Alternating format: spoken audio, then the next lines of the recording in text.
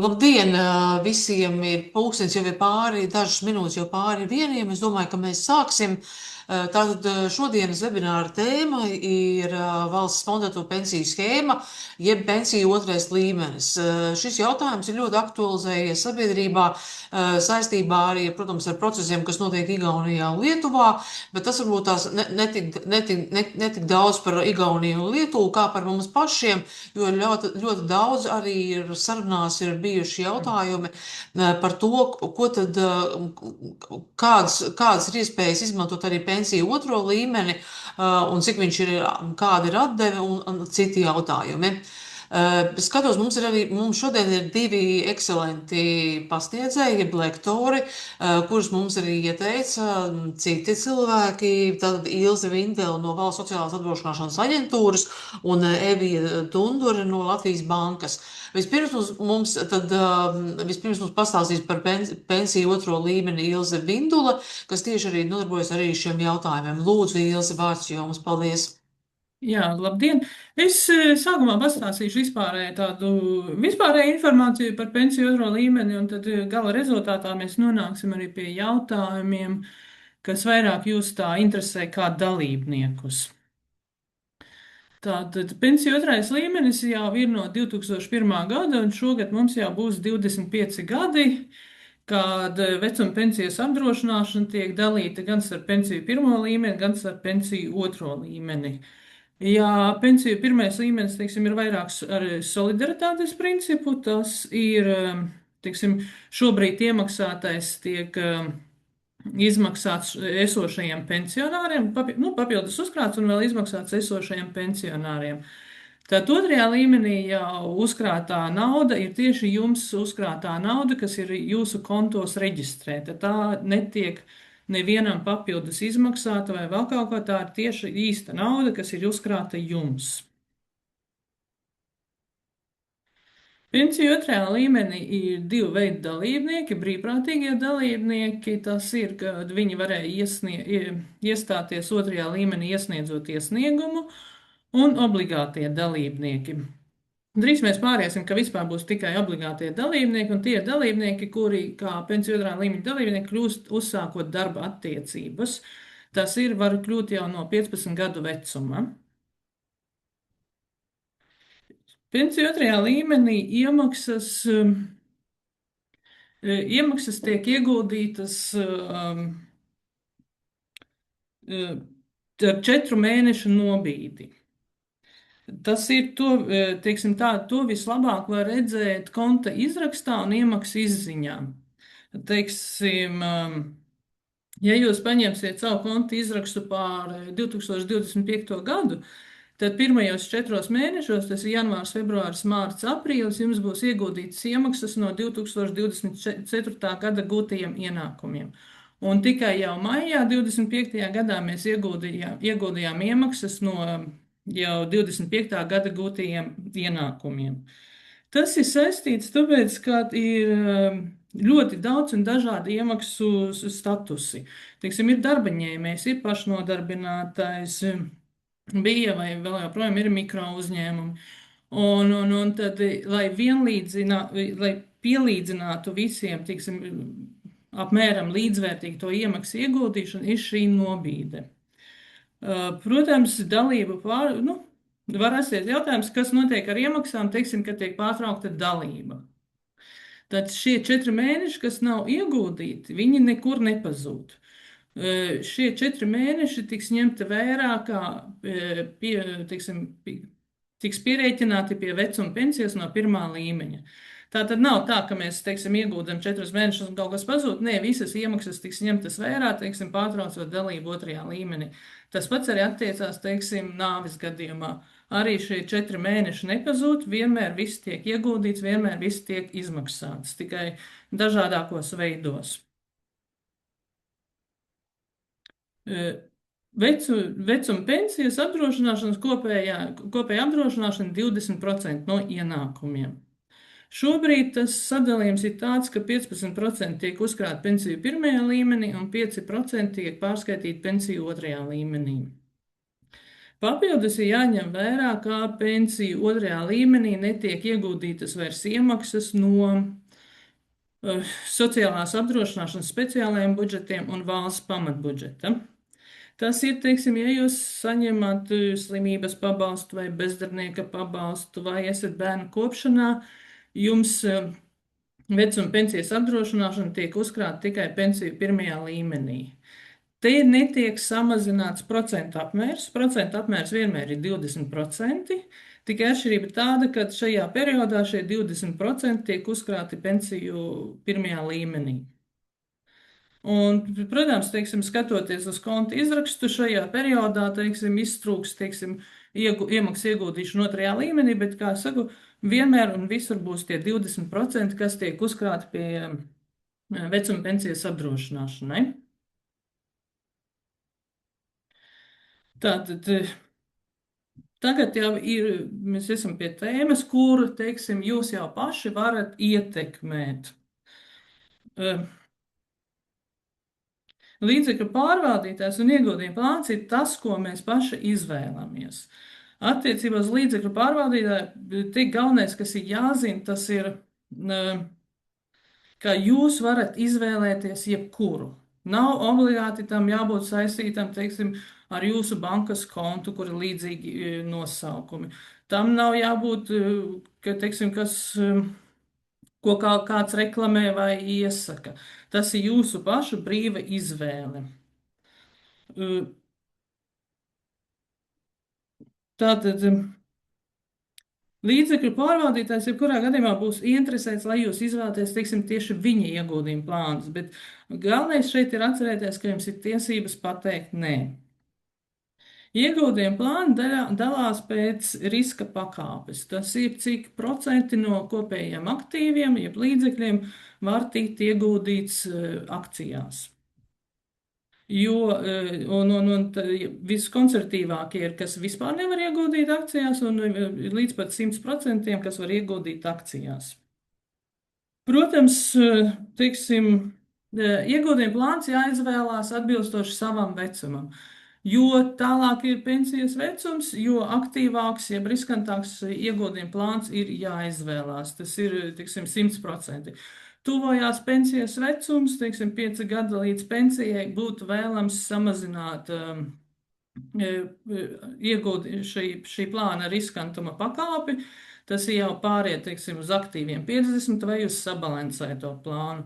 Konservatīvais plāns, tas jau kā galējais plāns pirms pašas pensijas vecuma, lai, teiksim, saglabātu līdzekļus esošajā apmērā, apmēram tā, bet arī pie noteikuma, ka nav, teiksim, kaut kāda finanšu, teiksim, lejupslīde.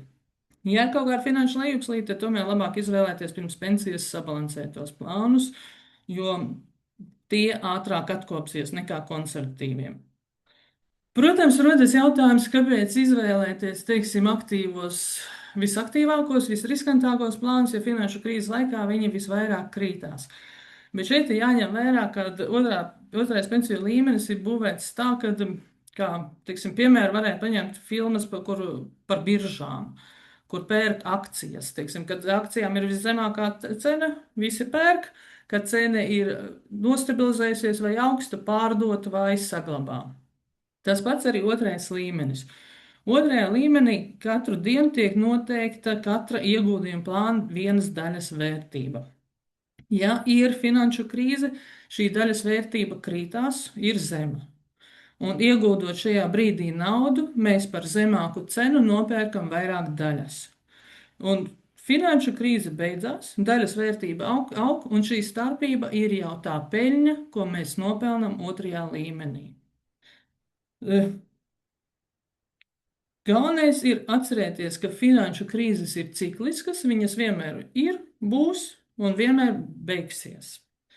Un papildus, kas ir jāņem vērā, tas ir nebaidīties no finanšu krīzēm, it sevišķi, ja mums līdz vecuma pensijai ir kāds laiciņš.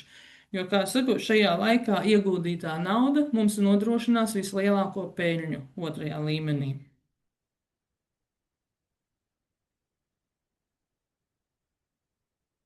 Un tagad mēs esam pie pensiju otrā līmeņa kapitāla novēlēšana. Tātad no 2020. gada katrs pensiju otrā līmeņa dalībnieks, kurš vēl nav pieprasījis vecuma pensiju, var novēlēt savu pensiju otrā līmenī uzkrāto kapitālu. Šī ir iespēja, kas ir jāizmanto pilnīgi visiem otrā līmeņa dalībniekiem. Mēs visi dzīvosim ilgi un laimīgi. Mēs visi paši saņemsim gan no pensiju pirmā līmeņa uzkrātā kapitāla, gan no pensiju otrā līmeņa uzkrātā kapitāla nākotnes ienākumus, bet vienmēr ir bet. Protams, mūsu pašus šī izvēle nekād neietekmē, bet tas var būt atbalsts mūsu palicējiem, ja kaut kas ar mums notiek.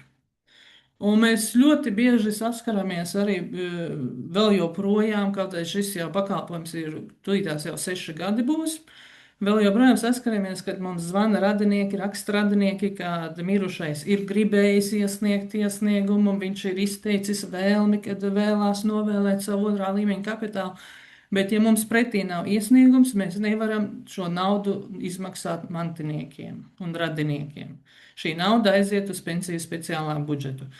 Tāpēc vienmēr un obligāti gan jūs paši, gan citiem iesakat, ka ir jāiesniedz iesniegums, ir jāizvēlās kāda no, teiksim, otrā līmeņa kapitāla novēlēšanas izvēlēm. Pirmā izvēle ir pensiju speciālais budžets. Šī izvēle visiem ir automātiski. Ja nav izdarīta izvēle, šo izvēli var izdarīt arī, teiksim, kādā konkrētā savā dzīves posmā. Un šī izvēle ir, ja uzkrātais kapitāls ir mazāks nekā 35% no sociālā nodrošinājuma pabalsta apmēra. 25. gadā tie bija 58,10 eiro. 26. gadā jau ir uzkrātais kapitāls, ja būs mazāks par 65,45 eiro.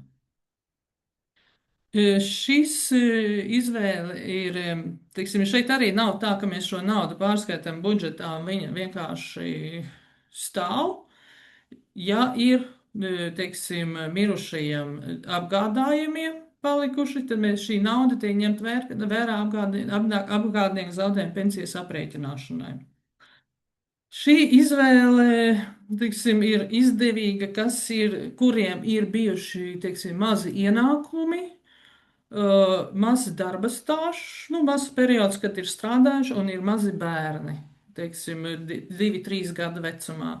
Tad šī izvēle viņiem ir izdevīgāka, jo apgādnieks zaudējuma pensiju, ja jau bērns mācās, maksā līdz 24 gadu vecumam. Otra izvēle ir norādītā persona. Šajā gadījumā tā var būt jebkura fiziska persona. Šī izvēle ir vispiemērotākā tiem, kuriem, teiksim, nav radinieku, nav teiksim, kādu oficiālu ģimenes locekļu, bet ir fantastisks draugs. Var arī šī izvēle ir arī ļoti laba, teiksim, ja laulātie vai dzīves draugi, teiksim, kādus 5 gadus pirms vecuma pensijas vēlās, ja nu ar kādu no viņiem kaut kas notiek, lai otram būtu lielāki ienākumi pieprasot vecuma pensiju. Jo šajā gadījumā mirušā kapitāls tiks pievienots pie norādītās personas otrā līmeņa kapitālam. Un jau tad, teiksim, tā norādītā persona pieprasot vecuma pensiju, saņems jau izmaksu gan no sava kapitāla, gan no šīs mirušā otrā līmeņa kapitāla. Te ir būtiski atcerēties, ja norādītā personas miršanas fakta reģistrēšanas brīdi nebūs otrā līmeņa dalībnieks, tad iestāsies civillikums. Kāpēc tas ir būtiski? Jo šobrīd mēs saskaramies ar gadījumiem, kad kāds ir norādījis norādīto personu. Šī norādītā persona ir pieprasījusi vecuma pensiju, un šis iesnieguma iesniedzējs, kurš šo norādīto personu izvēlējies, nav izlabojis savu izvēli, un viņiem nav juridiski sakārtotas, teiksim, viņu attiecības. Nu, viņiem ir bijusi kopdzīve, bet juridiski viņi viens otram skaitā nav nekas. Un plus vēl tas otrs, kurš ir viņu izvēlējies kā norādīto personu, nav uzrakstījis testamentu. Tad šajā gadījumā mēs skatāmies, ka norādītā persona teiksim, ir pieprasījis vecuma pensiju, tātad vairs nav otrā līmeņa dalībnieks, mēs automātiski labojam šo izvēli uz civilu likumu. Un tad norādītā persona, protams, ir neapmierināta, kad kā tā, kad mēs izvēli labojam civilu likumu. Tāpēc ir būtiski, ja izvēlās šo izvēli, ir būtiski skatīties arī, kādas jums ir attiecības ar to norādīto personu, vai šī norādītā persona neaizies ātrāk par jums uz vecuma pensijā. Ja tomēr aizies, tad jāatcerās būs civilīgums, jāsakārto testaments vai jānoslēdz partnerattiecības vai laulība ar šo norādīto personu, lai viņa būtu kā mantinieks civilīguma kārtībā. Ir bijuši arī gadījumi, ka, teiksim, cilvēks, kuram līdz vecuma pensijai ir 2 gadi, norāda kā norādīto personu savu mazmeitu, kurai ir 10 gadi. Jā, mēs pieņemsim šādu iesniegumu, bet uzreiz brīdinām, ka šis iesniegums nebūs spēkā, jo, nu, citreiz vectētiņš vai vecmāmiņa grib tādu cēlu žestu uztaisīt, kad norāda mazbērnu. Jo šeit pat fiziski tās mazbērns nevar kļūt par sociāli apdrošinātu personu un kļūt par otrā līmeņa dalībnieku. Līdz ar to it kā cēlu žests ir izdarīts, bet tāpat šī izvēle nebūs spēkā, ja ar viņu kaut kas notiks, būs civillikums. Tātad izvēle ir laba, izvēle var darīt, bet jāsakārto mantiskās attiecības, ja nu kas. Un pēdējā izvēle, trešā izvēle ir mantot civillikumā noteiktajā kārtībā. Šajā gadījumā pensiju otrā līmeņa kapitāls tiks pievienots kopējai mantojuma masai. Mantiniekus noteiks jau zvērnāts notārs atbilstoši civillikumam.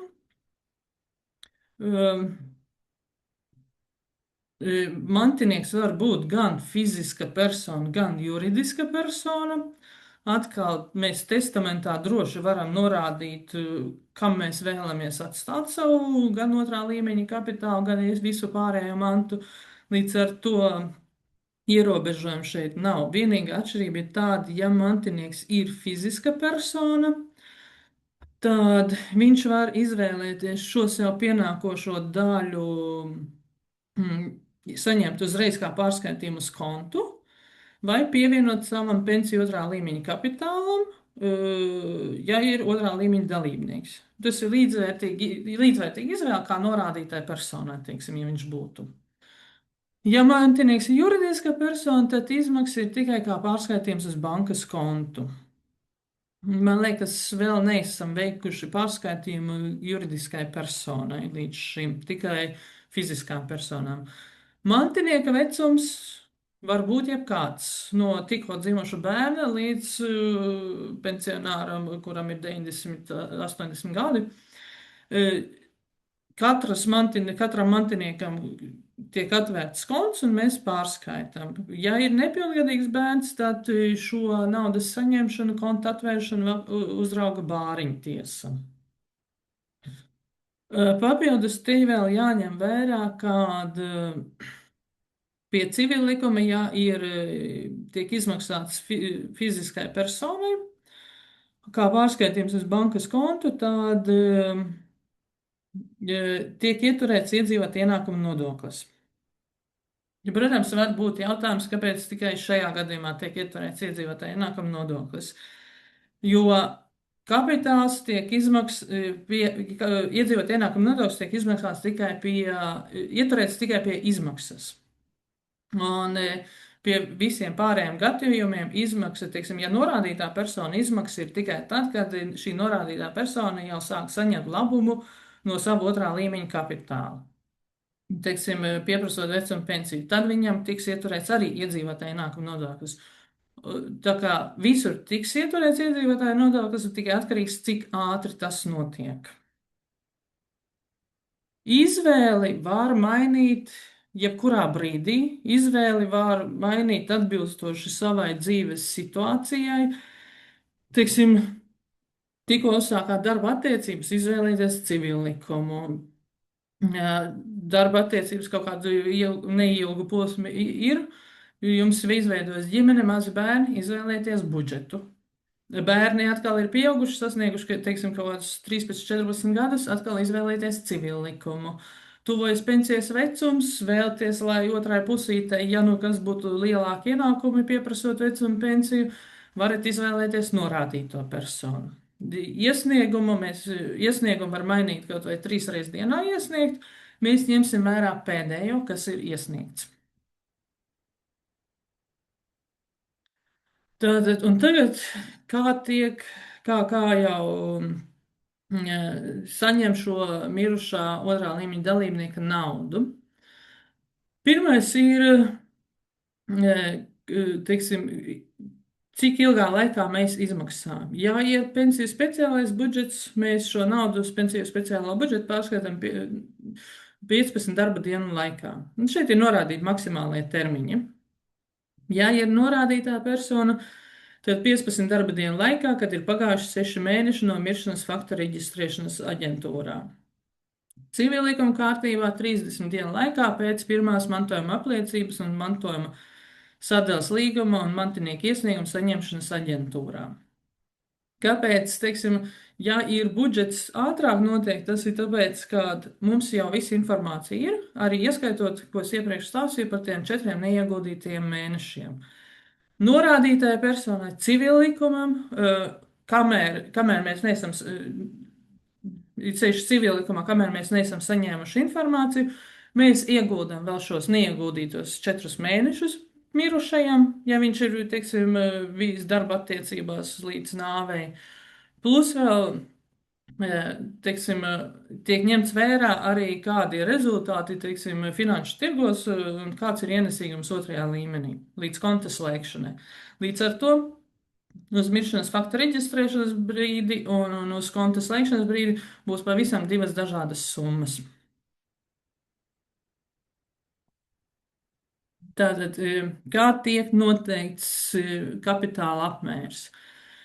Pensiju speciālajā budžetā mēs pārskaitām uzreiz 100% no otrā līmeņa.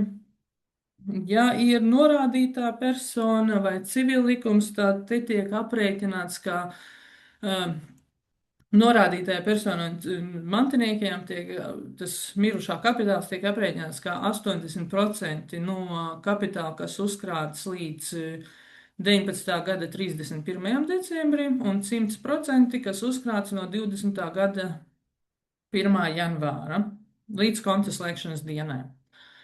Šie 20%, kas ir uzkrāti līdz 19. gada 31. decembrim, tiek pārskaitīti uz pensiju speciālo budžetu, jo te ir atkal tas,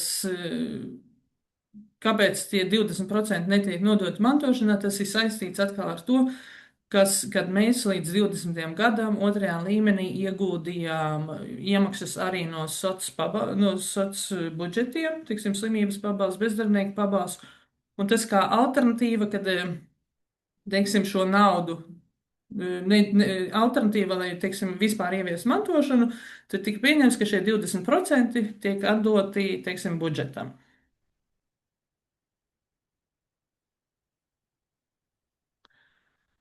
Un pēdējā tēma tas ir jau teiksim, kā teiksim, izmantot pensiju otrā līmeņa kapitālu, kad mēs sasniedzam pensijas vecumu. Tas ir pieprasot pensijas vecumu. Tātad šobrīd pieprasot vecumu pensiju mums ir jāizdara izvēle. Vai otrā līmeņa kapitālu pievienot pie pirmā līmeņa un saņemt kopā kā kopēju vecuma pensijas aprēķinu vai noslēgt mūža pensijas apdrošināšanas līgumu. Tad mūža pensijas apdrošināšanas līgumu piedāvā apdrošināšanas sabiedrībām, ar kurām aģentūra ir noslēgusi līgumu par šī pakalpojuma sniegšanu. Un, ja pievienot pie vecuma pensijas var jebkuru summu, kas ir uzkrātas, teiksim, otrajā līmenī, tad mūža pensijas apdrošināšanas līgumu var noslēgt tikai, ja ir uzkrāti vismaz 2000 eiro. To minimālo summu, no kura var noslēgt apdrošināšanas līgumu, nosaka pašas apdrošināšanas sabiedrības. Abi šie izmantošanas veidi ir izmaksa līdz personas nāves dienai. Tātad tā netiek apturēta, teiksim, ja netiek apturēta vienā brīdī. Tas ir izmaksa, jebkurā gadījumā ir līdz nāves dienai. Atšķirības starp abiem ir tāda, ka, teiksim, pie mūža polises var izvēlēties norādīt labuma guvēju. Labuma guvējs tas ir fiziska persona, un labuma guvējam ir, teiksim, maksimālais periods, uz kuru labuma guvējs ir spēkā, ir 20 gadi. Šajā gadījumā, teiksim, ja mūža pensijas apdrošināšanas līguma slēdzējs pēc norāda labumu guvēju uz, teiksim, 20 gadiem, un pats nomirs pēc 10 gadiem, tad vēl 10 gadus atbilstoši šim līgumam izmaksu saņems labuma guvējs. Ja mūža pensijas apdrošināšanas līguma slēdzējs nodzīvo ilgāk par šiem 20 gadiem, tad labuma guvējs vairs nebūs spēkā. Vēl pie mūža pensijas apdrošināšanas līguma var izvēlēties izmaksas periodiskumu. Ja, teiksim, pie vecuma pensijas tas notiek vienreiz mēnesī, tad mūža pensijas apdrošināšanas līgumā var izvēlēties izmaksu reizi mēnesī, reizi ceturksnī, pusgadā, gadā.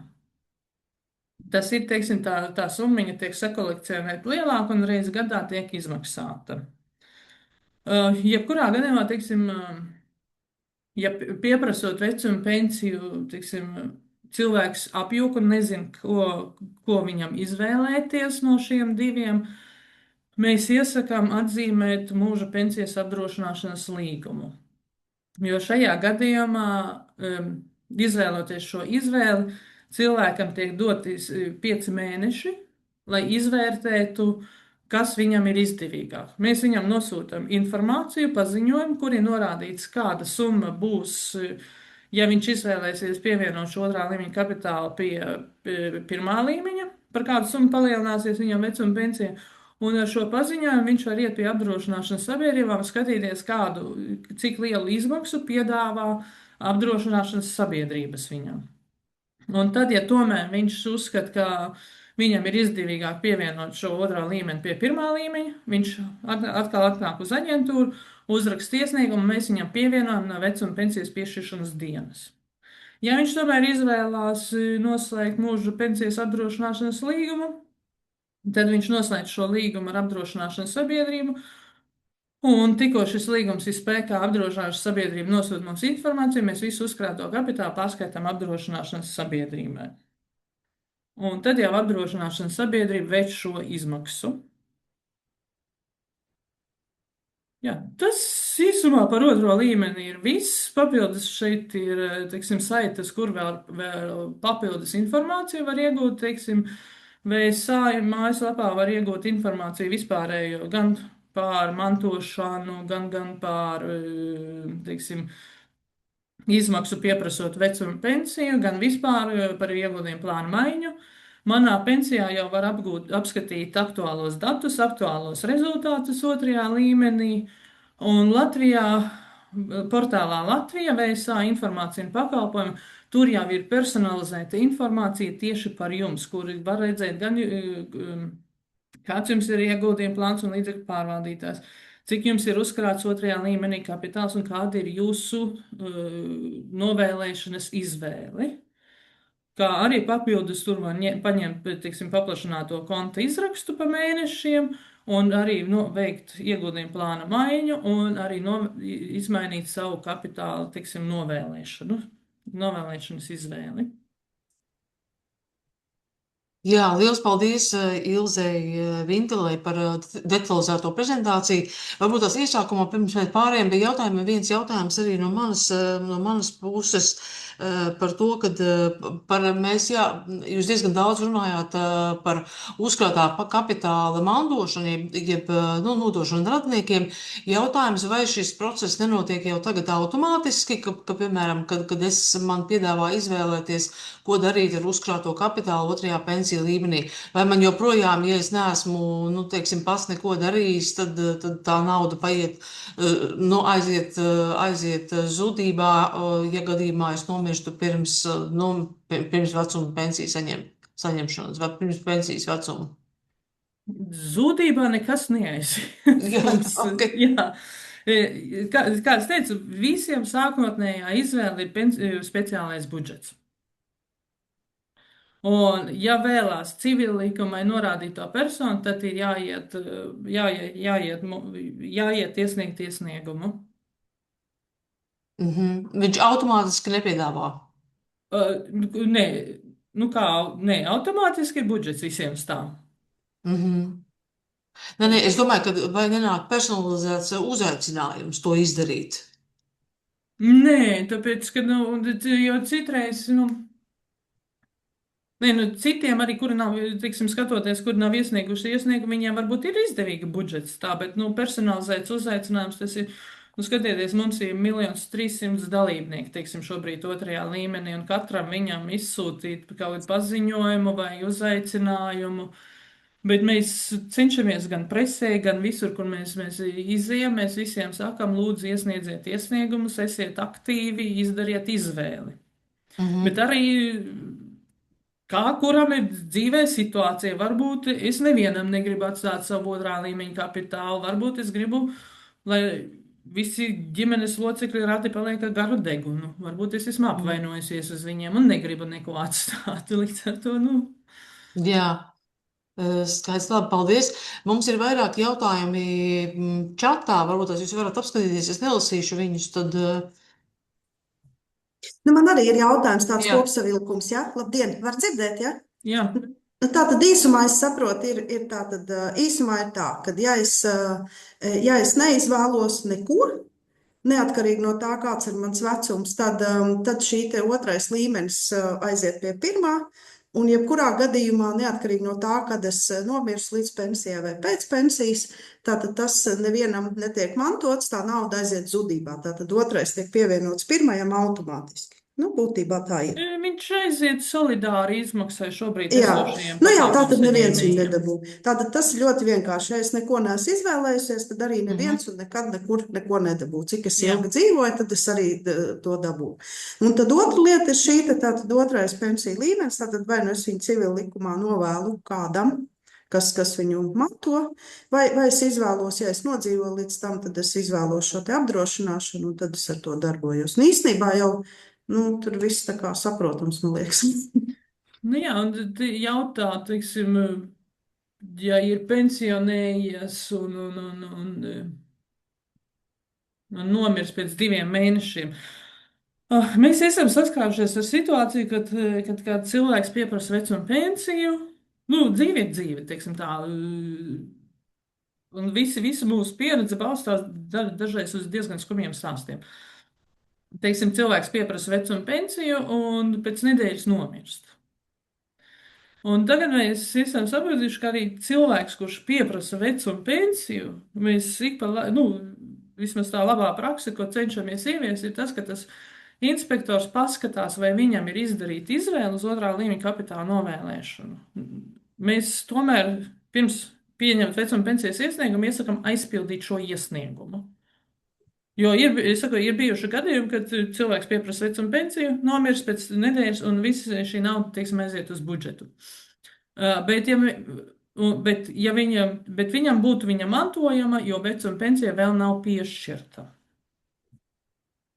Bet, ja viņam ir jau vecuma pensija piešķirta, teiksim, ja viņš ir izvēlējies šo naudu pievienot pie pensiju pirmā līmeņa, atkal nav tā, ka viss aiziet nebūtībā. Ja viņam tiek aprēķināts miršanas pabalsts, ja viņam ir laulātais, tad ir laulātajiem tiek aprēķināts tā mirušā pensijas kaut kāds tur noteikts apmērs, ko viņam pusotru gadu maksā. Nu, pārdzīvojušais laulātais pensionārs, ja. Un tas tiek aprēķināts gan no pensiju pirmā līmeņa, gan no pensiju otrā līmeņa. Ja viņš ir, teiksim, izvēlējies mūža polisi, piešķirta vecuma pensija, bet domā, ko es tagad tiešu, aiziešu pēc 3-4 mēnešiem noslēgt to mūža polisi, ja, un nomirs nenoslēdzot mūža polisi. Atkal šī nauda aiziet uz budžetu, ja, tāpēc mēs arī neiesakam baigi vēl garumā, teiksim, ar to mūža polises izvēli. Līdz ar to... Tikai, lūdzu, jā, man ir vēl viens jums jautājums. Cik es atvainojos, es nedzirdēju, nepieslēdzos pašā sākumā, bet cik lielā mērā Valsts sociālās apdrošināšanas aģentūra iesaistās tādos šajos te pasākumos, kā proti, kas tagad bija par otrā pensijas līmeņa izmaksu? Un vienkārši ņemot vērā to un klausoties, cik mums tomēr slimo tauta un cik ir dārgas zāles un tā tālāk, vai tomēr ir kāds, kurš par to, teiksim, var iestāties, kad, ja ir attiecīgi nepieciešams, tad tomēr daļu kaut kādu, vai, teiksim, 60 gadu vecumā, vai tieši ir smagas diagnozes, tātad daļa no šīs uzkrātās pensijas tomēr atļaut izņemt cilvēkam.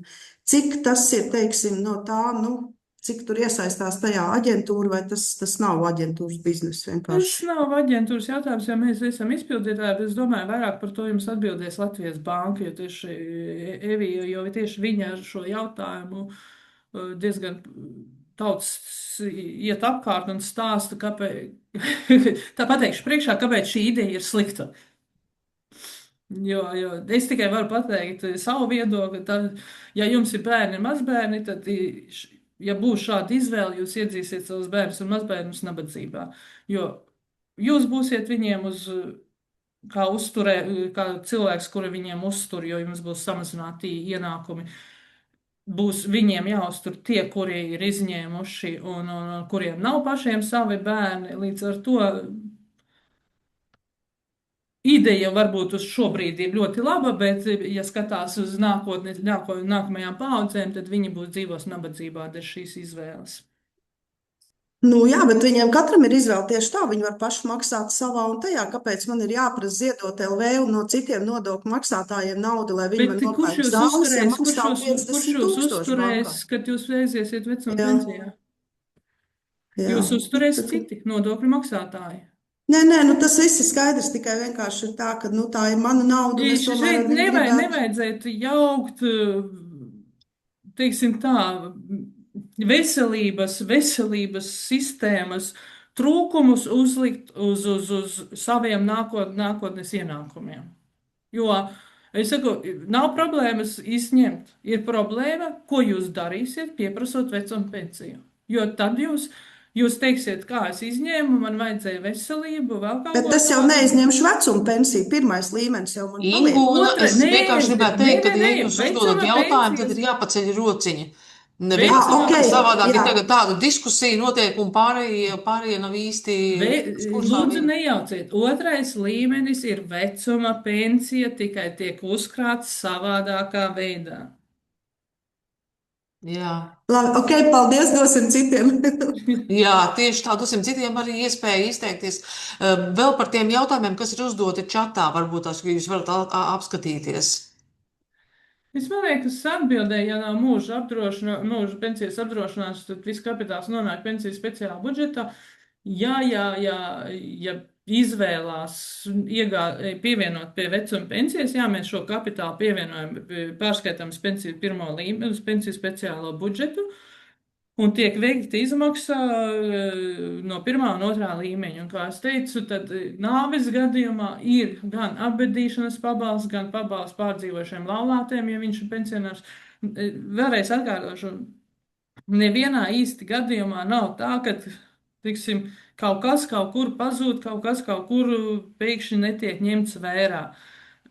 Tas ir, tiksim, no iepriekšējās diskusijas saprotams, ka mēs bieži jaucam, ka otrais līmenis kaut kas cits, viņam gan pirmais līmenis, gan otrais līmenis ir kopējā vecuma pensijas obligātā apdrošināšana. Atšķirība ir tāda tikai, kur tā nauda tiek uzkrāta, vai pensijas pirmajā līmenī pensiju pirmajā līmenī vai pensiju otrajā līmenī ar līdzekļu pārvaldītāju starpniecību. Tie abi divi ir kopējais mūsu uzkrājums vecuma pensijai. Un pensiju trešais līmenis jau ir kā privātais, kur mēs jau no savām iemaksām, nevis no nodokļu naudas, bet no savām privātajām iemaksām uzkrājam. Un ar ko brīvi var arī rīkoties. Jā. Ir jautājums arī par to, kas man liekas būtu vairāk bankai, būtu uzdodams Latvijas, tad kādu pašlaik situāciju akciju tirgu vai ieteikt izvēlēties 100% risku? Jā, to Evijai var uzdot. Jā. Tad vēl no iepriekš iesūtītajiem jautājumiem mums bija arī viens, es tagad nolasīšu, kad kurš no otrā pensija uzkrājuma mantošanas veidiem ir pats izdevīgākais?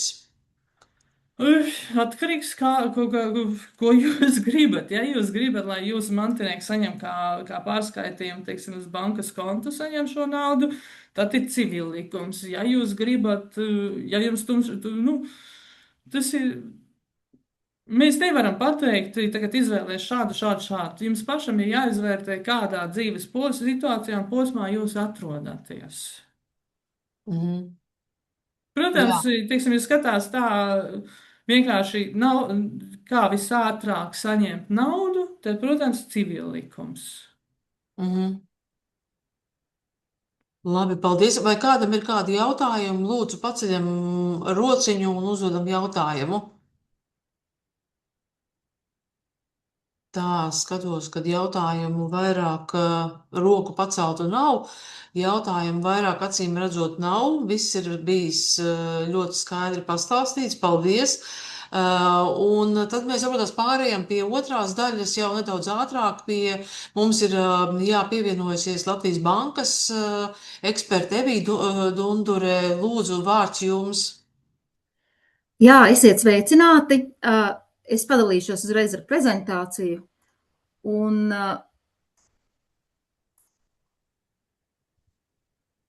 tā, tūlīt tās paskatīsimies. Ir redzams?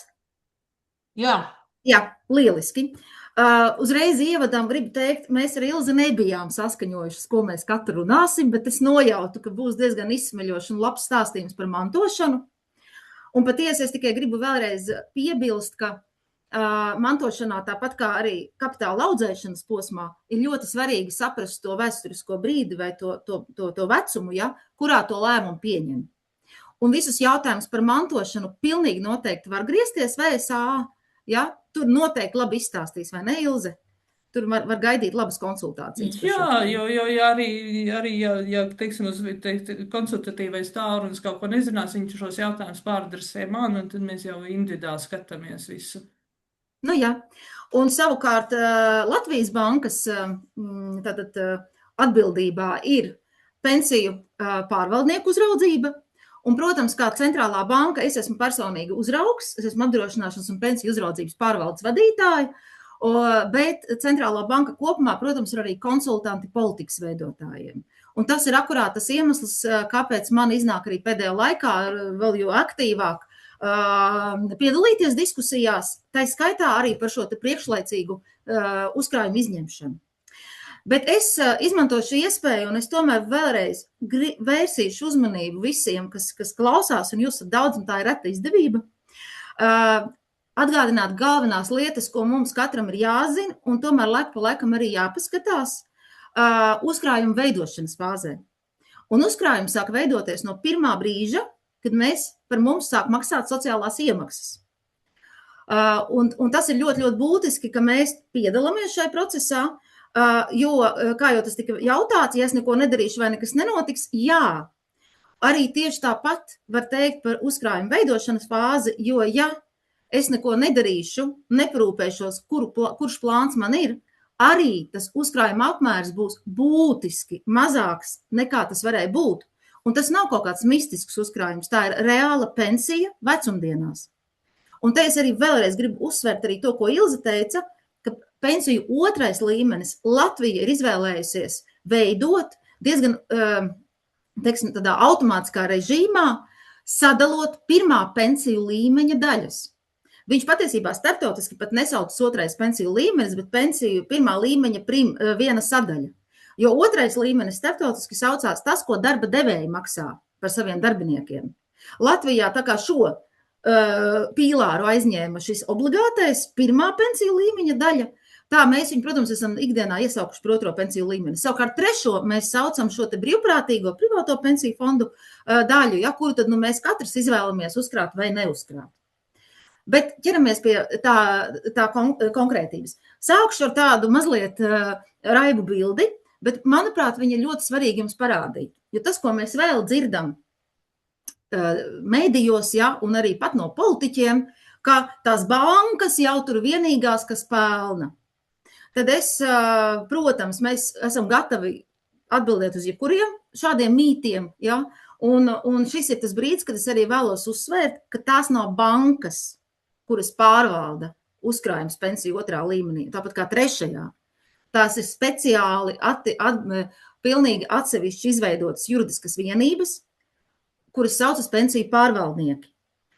Un, jā, daļa no tām pieder banku grupām, bet starp citu nebūt ne pašām bankām.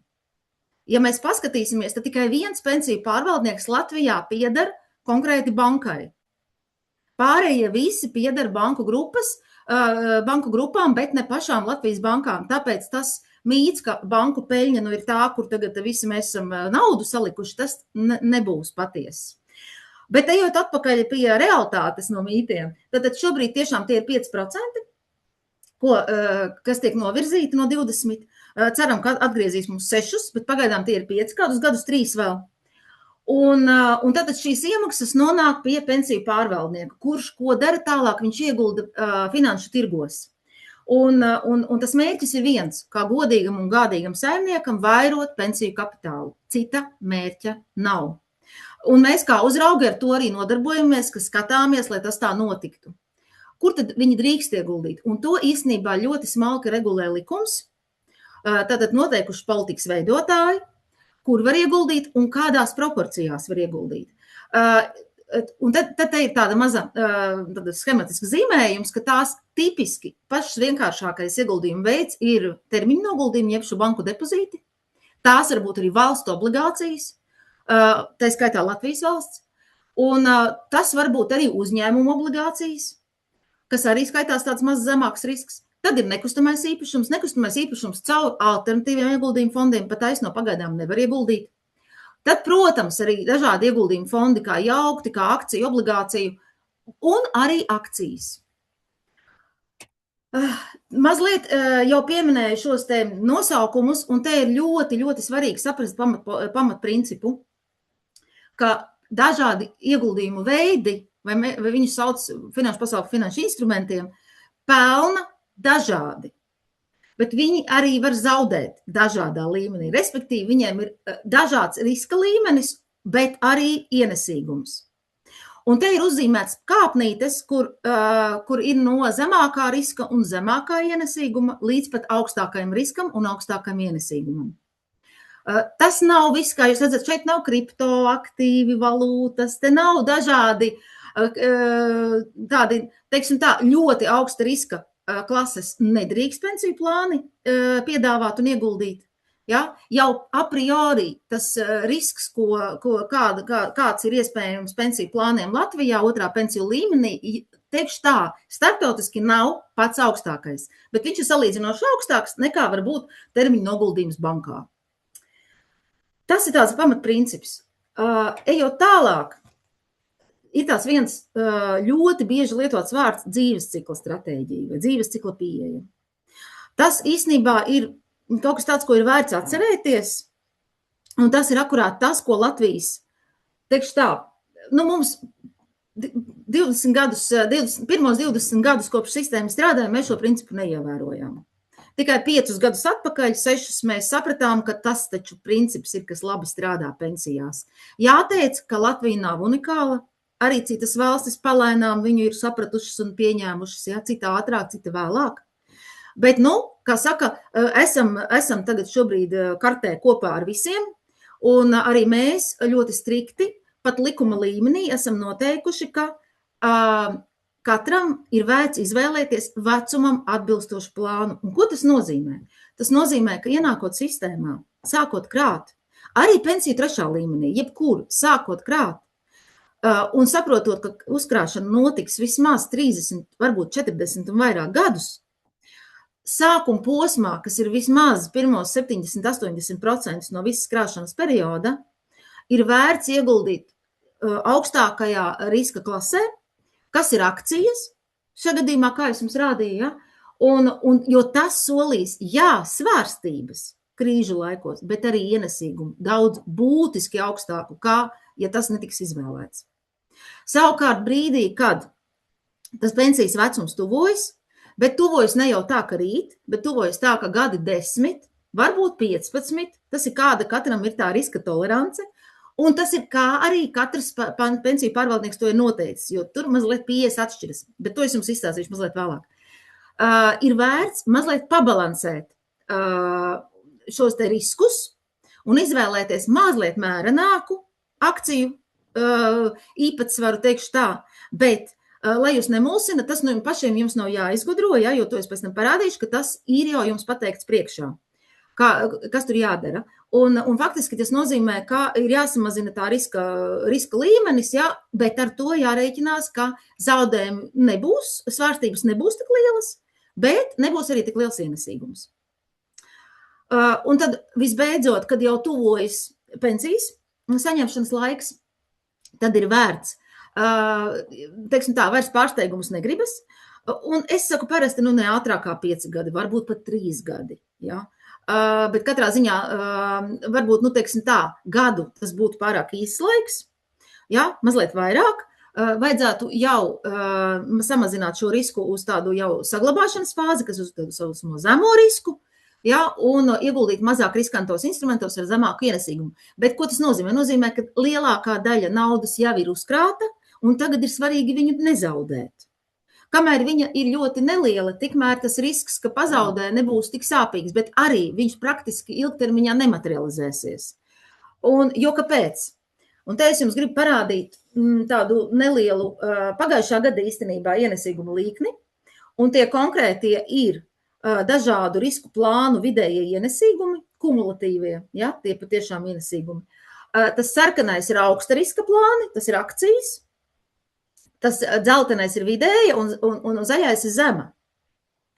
Un zema nav nulle, mums vairs nav nulles faktiski plānu, mums ir tagad zemākais slieksnis 30%, lai gan senie konservatīvie, tur man tiešām pilnīgi atsaucos uz Ilzes rādīto, viņi bija nulli. Bet šobrīd ir 30%, tad zema riska plāna ir 30% akcijas, vidēja no 30 līdz 70 un augsta no 70 līdz 100. Tāda ir tā riska tie līmeņi.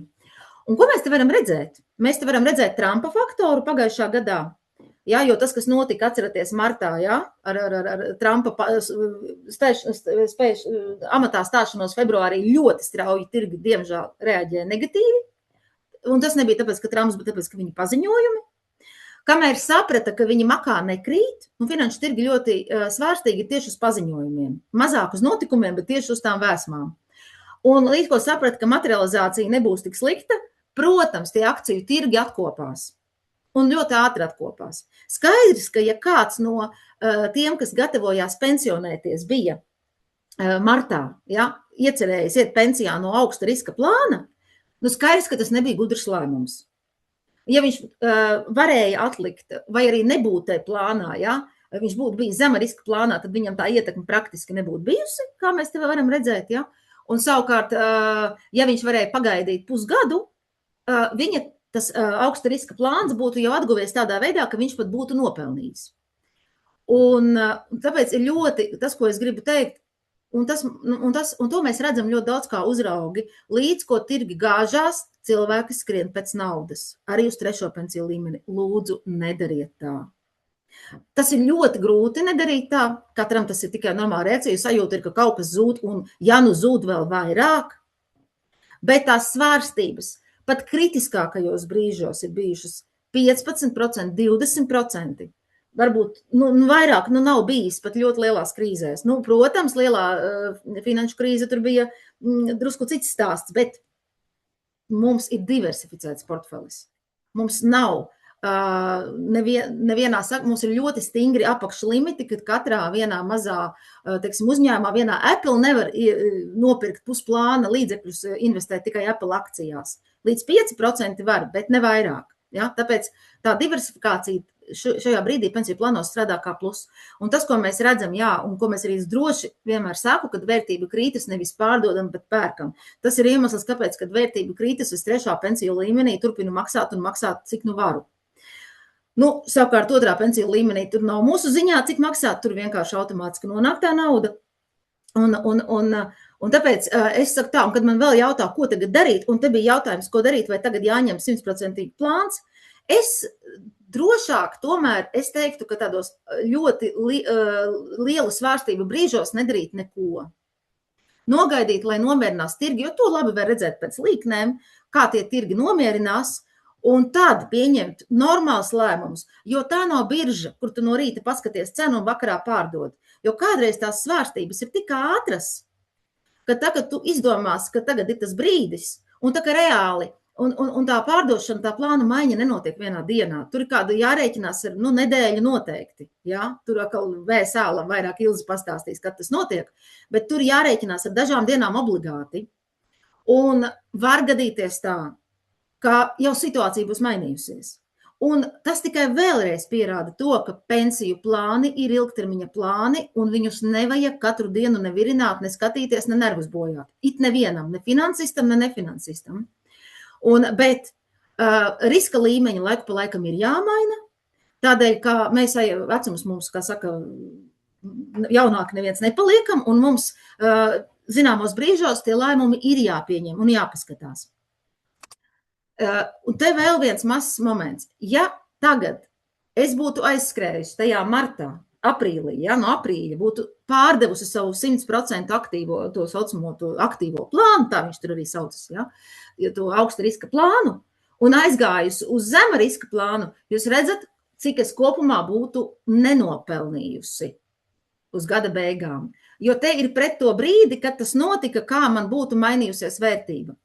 Tas tikai nozīmē, nekad nedrīkst to darīt. Ja? Varbūt viņš vēl pakritīsies, tas nekas, lai krītas. Bet nekad nevajag pārdot brīdī, kad pirkt varētu, ja akurāt zinātu, ka tas tā notiks tajā vēlamajā brīdī. Bet es saku, ar pensiju uzkrājumiem to nevar notrāpīt. Tā jau nav birža. Un te es mazlietiņ varbūt ieiešu tādā jau vēl praktiskākā. Ilze pieminēja, ka ir tāds skaists portāls Mana pensija LV. Jā, viņš varbūt ir izveidots tiešām labus 10 gadus atpakaļ vai pat vēl senāk. Un mēs viņu šobrīd Latvijas banka pārbūvē un vasaras vidū mēs laidīsim klajā jaunu lapu, bet viņā ir ļoti laba informācija arī šobrīd.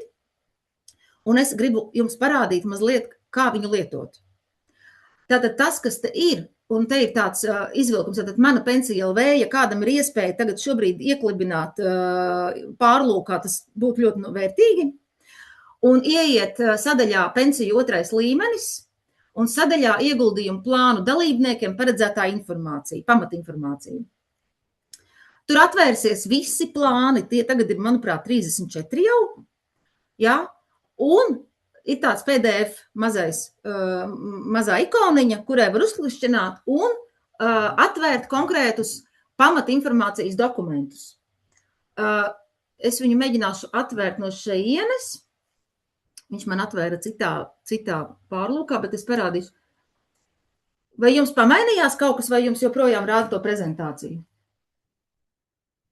Pasakiet, pamainījās, jā, tagad indekso plāns. Indekso redzat, jā.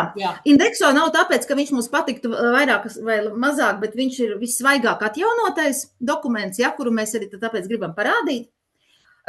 Šis ir tāds, mēs centāmies, Latvijas banka izstrādāja tādu vienotu formiņu, mēģinājām salikt visu galveno informāciju, kas mums kā ieguldītājiem būtu svarīgi zināt.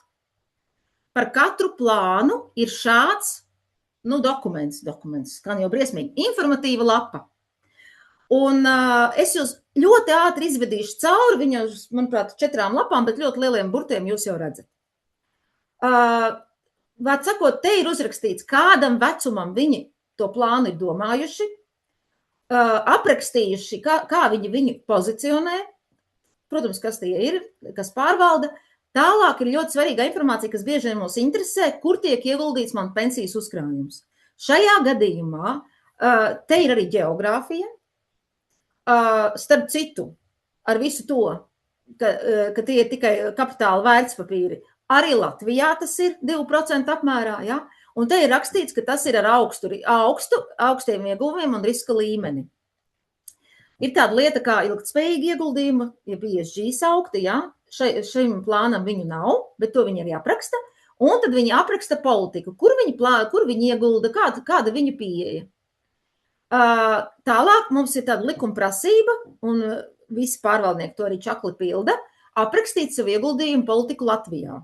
Jo tiešām likumdevējs ir vēlējies, lai Latvijā tiktu ieguldīti līdzekļi, tomēr skaidrs, ka viņi neguldīs tāpēc vien, ka tas ir jādara, bet guldīs tad, ja tie ieguldījumi Latvijā būs ienesīgi un izdevīgi pensiju saņēmējiem. Ja? Tāpēc arī viņi apraksta šo.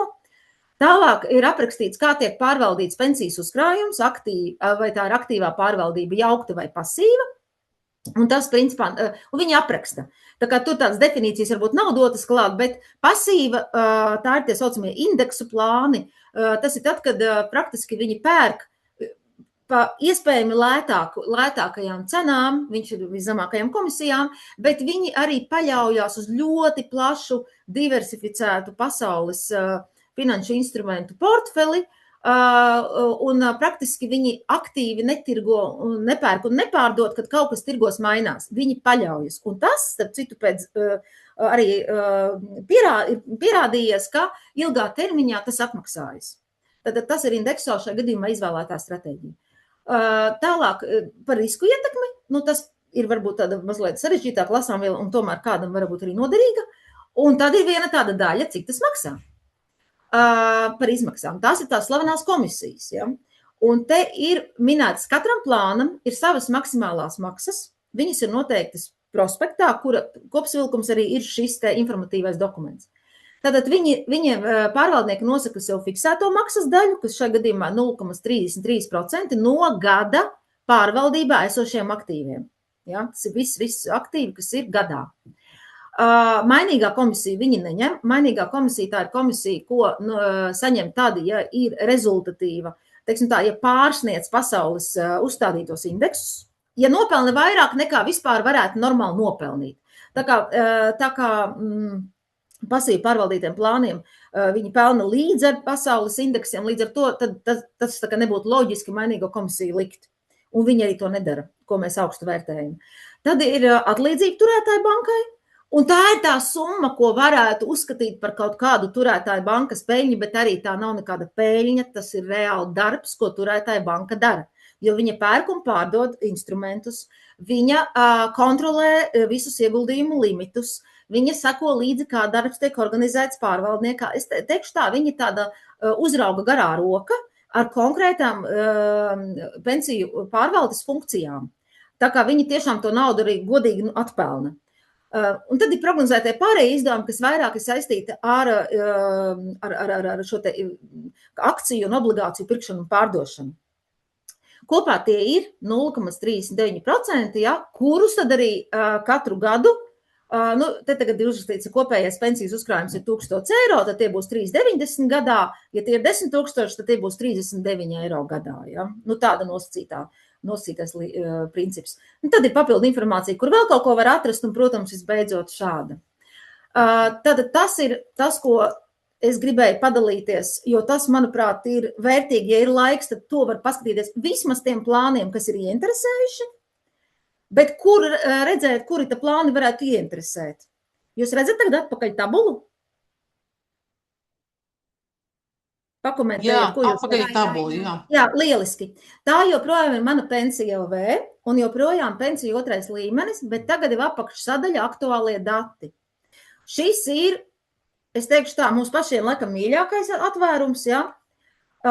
Un es jums arī tūlītās ieiešu parādīšu, kas tur notiek, jo tā ir tā sadaļa, kur tūlītās. Tā ir tā sadaļa, kurā var atrast visus plānus vienu vietu. un ļoti būtiskā informācija īstenībā. Skaidrs, ka būtiskā informācija, kas mūs visus interesē, parasti ir, kāds tad ir ienesīgums. Ja? Es mazliet parādīšu, kā šo tabulu lasīt. Tātad pirmais, kas te ir sadalīti šie visi plāni pa riskiem. Tātad ir augsta riska plāni, un te ir rakstīts arī 100%, ja? Augsta riska, un tad tāds viens vēl vēsturisks nians 75 ir atsevišķi, tad ir vidēja riska, konkrētā gadījumā 50%, zema riska, sabalansētie un zema riska konservatīvie. Te ir samiksēti gan vecais dalījums, gan jaunais, bet es pateikšu uzreiz, ka jaunajā manā pensijā tur nebūs vairs tā vecā. Tur būs tikai augsta, vidēja zema. Bet tas nav tik būtiski. Un tad te var redzēt, kā dienas daļas vērtības mainās. Es redzu, ka jau ir aktualizēti vakardienas dati, ja, šodien katru dienu viņi tika aktualizēti, kur var redzēt uz katru dienu. Un te ir tās svārstības pa dienām. Tā kā to, ko tagad arī varbūt gribētu teikt, ārprāts krīt, vienkārši bez panikas, jo tas var krist un tas var rītdien celties, ja, jo, Irānas karš ir Irānas karš, mēs arī redzam, kas tur notiek. Ja, tas ir, protams, šī ietekme. Bet tas, kas ir jāskatās, es aicinātu vienmēr skatīties gadu, tas ir mazākais, ko skatīties, bet vairāk pat 3 un 5. Ja? Sliktā ziņa ir tā, ka mums šie 100% plāni ir jaunāki nekā 3 un 5. Un pagaidām mums nākas skatīties uz tādiem diezgan īsiem termiņiem. Redzat, 6 mēneši, gads, 2. Ja? Un tā kā paļauties uz to. Bet tas, ko mēs varam redzēt, mēs varam mazliet vismaz salīdzināt viņus savā starpā. Bet arī jau, kā jau redzējāt, ir plāni pasīvi pārvaldīti, ir plāni aktīvāk pārvaldīti. Ir dažādas citas komponentes, kas nav tikai ienesīgums. Tāpēc es tiešām negribētu teikt, ka vienmēr tikai tas ir tas rādītājs, jo ja jau tas tā būtu, tad jau mēs visi būtu vienā plānā sen. Bet tā tas nav, ja? Jo katram ir savas nianses. Un tālāk mēs varam redzēt arī tieši tāpat visi ir pa 50% plāniem un tieši tāpat tās arī pa zema riska plāniem. Šī krīze skar arī kaut kādā mērā arī, krīze. Tā nav krīze, bet faktiski tās ir svārstības. Ja? Par krīzi mēs laikam vēl pagaidām nerunājam, tad skar arī visa veida plānus, bet es vēlreiz gribu teikt, neskatāmies uz ikdienas vērtībām un vismazāk nereaģējam uz viņām, ja vien neesam pirms pensijas vecumā, tad gan sekojam līdzi, jo ja esam augsta riska plānā, 2 gadus pirms pensijas, bet tā var gadīties, ja gribu papelnīt, tad gan ir jāgaida, kad atgūsies, un tad gan ir jāpāriet uz zemu risku. Ja? Bet tagad šobrīd noteikti to nevajag darīt. Šobrīd darīt nevajag neko. Tas būtu par šiem plāniem un šo, ko mēs te varam redzēt. Tad es varētu aiziet uz, kas man tur sakos, pirmais paldies par uzmanību, bet es jums vēl mazliet parādīšu, jo patiešām te man ir jāsaka tā, ka Ilze jau minēja, ka man te sanāk staigāt apkārt, un es jums parādīšu daļu no prezentācijas, ko mēs rādījām, un tas bija šonedēļ, trešdien, Saeimas mandāta komisijā, ja, kad mana balss šo iniciatīvu skatīja, jo arī Saeimas deputāti atzina, ka viņa bija tiešām ļoti vērtīga. Ja? Bet te būs mazliet netik varbūt praktiskas dabas, bet vairāk tāda informatīva. Tas, ko es gribu teikt, ko es arī minēju, visa tā pārēja uz to dzīves ciklu, Latvija ir vainagojusies panākumiem. Latvija 2018. gadā pēc nominālā, ja reālās atdeves, ja tā ir atdeve pēc inflācijas, bija OECD valstīs, kas ir attīstītās valstis, mēs bijām kaut kādā tur, es pat nezinu, ļoti gandrīz priekšpēdējā vietā, gan jāsaka kopā ar Igauniju.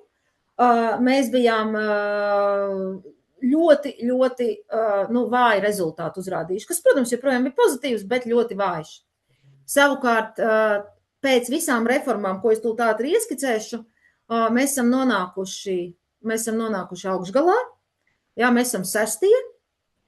Un tā kā es teiktu, ka patiešām varam sev sist uz pleca un teikt, ka mūsu pensiju otrā līmeņa nauda patiešām ir sākusi pelnīt. Un kāpēc? Un te ir atbilde bišķiņ jāmeklē visā sistēmā kopumā, jo ir 2 lietas. Pirmā lieta ir, ka mums tiešām likums noteica ļoti striktus ierobežojumus ieguldīt līdzekļus kapitāla vērtspapīros, jeb akcijās. līdz 7. gadam, tātad pirmos sistēmas 6 darbības gadus, tie pat bija 30% tikai, jā. Un savukārt 18. gadā, līdz 18. gadam tie bija 50, un tikai pēc tam mēs sākām liberalizēt, un tikai kopš 21. gada, kas ir pēdējie 5 gadi, kad nav ierobežojumi, respektīvi ir 100% plāni. Kā jūs redzējāt, un kamēr viņus vēl izveidoja, jūs redzējāt, ka daļai tikai 3-gadīgi, ja? Līdz ar to mēs tos augļus varam plūkt tikai tagad, ja? Augstāk ienesīguma augļus. Ir vēl viena lieta, tā ir tā mūsu pašu kūtrā dalība, un jeb šeit tā neinformētība kaut kādā ziņā, ja, ka mēs par to neesam bijuši pietiekoši vokāli un daudz stāstījuši, un cilvēki nav rīkojušies. Un viņi paši, liela daļa, viņi, tā kā līdz 21. gadam visi jaunie dalībnieki automātiski nonāca zema riska plānos ar 0 ieguldījumu akcijās. Tie, kas nekad arī savu izvēli neizdarīja, tur ir vēl šodien. Un iedomājieties, tie ir tādi arī vismazāk informēti cilvēki, kam varbūt arī tām finansēm ir mazākais sakars, ja? Un tas ir tas viss sāpīgākais šajā sistēmā un bēdīgākais. Ka visus šos 25 gadus viņu nauda ir pelnījusi ļoti, ļoti pieticīgi. Un viņi arī pelnīs pieticīgi, ja? Tāpēc, ka viņš var vienīgais, kurš var samainīt. Savukārt, kopš 21. gada tie ir tie 50% jaunie dalībnieki tiek ierotēti vecam atbilstošos plānos, bet tas nozīmē, ka visiem jauniem cilvēkiem ir 50%, un tad no 23. gada tas ir 100%. Ja? Turklāt šogad, no šī gada mums ir vēl viens tāds papildus ierobežojums, teiksim tāda papildus nosacījums, lai plāni piedalītos tajā, viņa tāda automātiski izloze notiek, tāda rotācijas kārtībā. Ja? Jo šobrīd mums ir 7 pārvaldnieki, tad šogad saņem visus jaunos dalībniekus tikai 3 no viņiem. Un mēs izvēlējāmies, arī palīdzējām noteikti, arī nodevām VSA ziņas, un šie 3 ir ar vislabāko ienesīgumu pēdējos 3 gados. Respektīvi, ir vēl konkurence viņiem, ja? Un tas ir ļoti arī pozitīvi, jo tad ir tiešām kaut kāda motivācija radīt labāku sniegumu, lai saņemtu, teiksim, vairāk klientus. Te mēs varam redzēt tādu sistēmas izmaiņas, ka pateicoties tam, ka ir tie plāni ar augstu ienesīgumu, ka cilvēki jaunie tur nonāk, un arī mēs arvien vairāk tās izvēles izdaram gudrākas.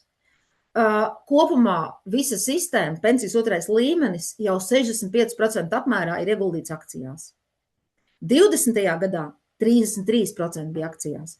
Tā kā es teiktu tā, var vainot bankas un nezinu ko, valdību, bet šeit jāsaka tā, ka tas viss bija tāds sistēmas konstrukts, ja? Un tas ir, zināmā mērā, kaut kāds arī, protams, jautājums ar politikas veidotājiem, bet vēlreiz gribu teikt, ka Latvija nav unikāla. Visa pasaule ļoti lēna saprata, kas ir jādara, ja? Jo akcijas jau pelnīja, un tikai tad pensijas attapās, ka, ak, Dievs, bet mums ir jāiegulda akcijās, ja? Kaut arī viņas ir riskantākas.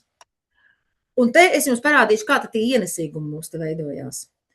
Tie sarkanie stabiņi ir augsta riska plāni, tie ir tie, kurus tagad ļauj veidot, ja? Un jūs redzat, cik ļoti augstāki ienesīgumi viņiem ir salīdzinot ar tiem zem un vidēja riska plāniem, turpat neiedziļināšos skaitļos. Tas, ko arī jāatzīst, ka, protams, notiek arī dziļākas krīzes, un viena bija 2022. gadā, kur visi 3 plānu veidi vienādi nosvārstījās. Tas bija ļoti unikāla situācija, ja? Un tas bija arī tas brīdis, kad mēs tiešām arvien vairāk izjutām, ka mums nepieciešami būtiski uzlabojumi pensijas saņemšanas fāzē, ļaujot, teiksim tā, nepārdot visu kapitālu brīdī, kad pensionējamies, bet ļaujot turpināt vēl, kā saka, izņemt tikai tik, cik vajag pensijai, mēneša pensijai, ja, un katru mēnesi tik, cik gabaliņu vajag. Pārējiem ļaut turpināt strādāt, jo, ja tas tā būtu noticis, tad, protams, jau pēc gada tās summas būtu atjaunojušās. Un pēc tam arī pēdējos 2 gados būtu arī piepelnījušas klāt.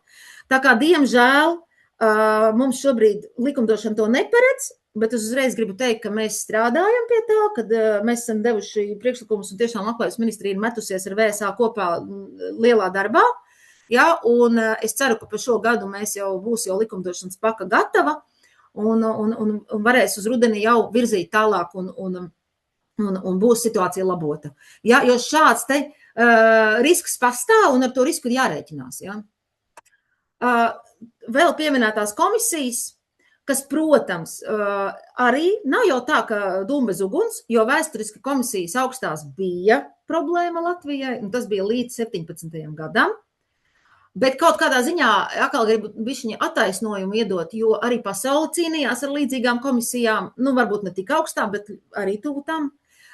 Šobrīd arī pasaule ļoti spiež uz leju, un tās pārsniedza pat 1% gadā.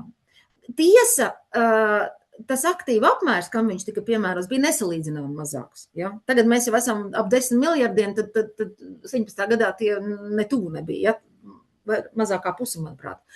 Līdz ar to, protams, summāri tās summas nebija tik lielas, un te mēs arī varam redzēt, ja tās summas bija jau sasniegušas 40 miljonus, ko kasēja. Šobrīd mēs esam, varētu teikt, 24. gadā bijām atpakaļ uz tiem 40 miljoniem, bet 25. gadā Saeima pieņēma jaunus grozījumus uz komisijām, un šobrīd, sākot no 25. gada augusta, komisijas ir tā saucamajā regresīvajā modelī. Tas nozīmē, ka jo lielāks aktīva apmērs katram pārvaldniekam, jo mazāka procentuālā komisija viņam var tik piemērot, respektīvi ir strikti komisiju griesti. Tāpēc arī mēs varam, teiksim tā, tagad bišķiņu uzelpot, nesakot līdz katru gadu un katru mēnesi, kas tur notiek ar komisijām, ja? Bet tas regulatīvais, tā loģika ir ielika tāda, ka principā komisijas ir sakārtots, ka dalībnieki no tā tiešām necietīs. Un mēs jau esam ļoti nopietnas summas par šo ļoti būtiski samazinot 18. gadā. Ietaupījuši mūsu aplēs ir uz 400 miljoniem eiro. Vēl parādīšu tādu vienu, kāpēc viņš tāds tukšs, bet nu labi, vienā stūrītī tikai kaut kur pazuda teksts, jā, man tur bija teksts arī, viņš ir pazudis. Tas, ko es gribu pateikt, ir, ka tā ir ģeogrāfija kopā visai sistēmai. Jo nereti saka, jā, iegulda tur Amerikā, bet pensiju pārvaldniekiem ir jāiegulda tur nauda, kur viņi var nopelnīt vislielāko kapitālu. Protams, ņemot vērā visus riskus. Ja? Riska pārvaldi neviens nav atcēlis. Gādīgs, rūpīgs saimnieks, tas ir viņu pamat postulāts. Un visi pasaules ekonomika ir šādā proporcijā Amerikā. Nu, tas ir vienkārši fakts. Nesekot un neiet tur, kur tā nauda pelna naudu, būtu, nu, teikšu godīgi, nesaimnieciski. Ja? Latvija arī ir, kā redzat, tie ir 8%, ja? Un par Latviju runājot, un te gan ir pilna bilde, par Latviju runājot, šobrīd tie ir 700, nevar tā smuki redzēt, tie ir pāri pa 700 miljoniem eiro. Pagājušā gadā Latvijā bija ieguldīts 750, ja nemaldos. Un kas priecē, jā, tie ir tikai 7,5% no visiem aktīviem, bet var redzēt, tas stabiņš ir tā kā aktīva apmērs, kas ir Latvijā. Un tas, kas priecē, ir, ka tā dažādība, kur tiek ieguldīts, ir arvien lielāka un parādās arvien interesantāk finanšu instrumenti, ne tikai valdības parāda vērtspapīri, kā tas bija 19. gadā, tas zaļais stabiņš, ja, vai arī banku depozīti, kā tas ir pelēkais. Tā kā tā ir tāda, es teiktu, kvalitatīva izmaiņa, ja, jo arvien vairāk Latvijā parādās arī alternatīvu ieguldījumu fondu projekti, kas ir gan tie paši meži, mums ir ļoti skaisti pārstāvēti nekustamie īpašumi, ja, privātais kapitāls, arī attīstības uzņēmumi. Tā kā tas, kas mums Latvijā ir ļoti maz, un redzat, zila krāsa rakstīts akcijas, un to akciju, nu, viņas tur ir, bet viņas neredz. Jo Latvijā ir ļoti maz attīstīts kapitāla tirgus biržā, ir ļoti maz piedāvājums ar akcijām, un ja viņš arī ir, nu, teikšu tā, viņam tas apgrozījums ir tik neliels, un tas nozīmē, ka tas, nu, teiksim tā, pārvaldnieki ļoti skatās izdevīgumu, kad ieguldīt, kad neieguldīt, un viņi ir tik nelieli, ka viņos, nu, ir riskanti. Ja? Tāpēc arī tik daudz arī runājam, mēs arī bieži vien uzsveram, un tas patiešām paliek spēkā, ka ir jāiet valsts un pašvaldību kapitāla sabiedrībām akciju tirgu, lai to tirgu vispār iekustinātu, lai parādītos, lai būtu kur ieguldīt, ja? Un lai mēs tiešām savu naudu varētu godīgi arī pie sevis nopelnīt. Bet savā ziņā arī tās visas, teiksim, tādas arī ekonomikas teorijas un arī ieguldījuma teorijas saka, ka, protams, riski ir jāddiversificē. Un neviena valsts, arī tās, kuras ir ļoti attīstījušas pensiju šos te, tā tulīt saturēšu varbūt to, pagaidiet, fondēto pensiju uzkrājumus, un tās valstis, kas to īpaši balsta savu pensiju sistēmu uz fondētajām pensijām, ir no Eiropas Savienības Nīderlande, Dānija, Zviedrija. 3 pīlāri lielie, kur mēs varam tikai mācīties un skatīties.